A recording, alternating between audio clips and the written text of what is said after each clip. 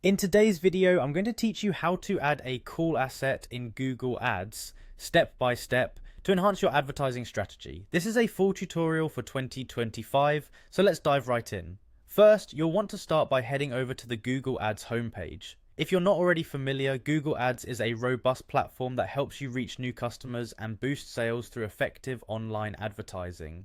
Once you're on the homepage, go ahead and click on the Sign In button. Signing into your account is your gateway to accessing all the features and campaigns you've set up, and provides the necessary foundation for adding a cool asset. Now, once you're signed in, you'll be directed to the Google Ads home dashboard. From here, you might already recognize some familiar components if you've been managing campaigns before. So the next step is to locate the Goals section. Clicking here is quite important because it helps Google know what you're aiming for with your ads, be it more visits to your website, increased sales, or, as we'll focus on today, more calls from potential customers.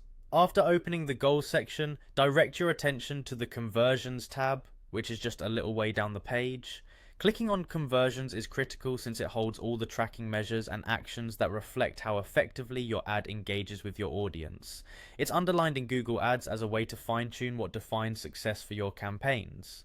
Next, you'll want to look for the option New Conversion Action and proceed to click on it. This follows on logically from our previous step, as it lets you create a new means of measuring the value that your ads bring. Not only does it keep things organized, but it also tailors the feedback Google provides to your ads' unique objectives. Once you're creating a new conversion action, you'll see an option specifically labeled Phone Calls. You should click here.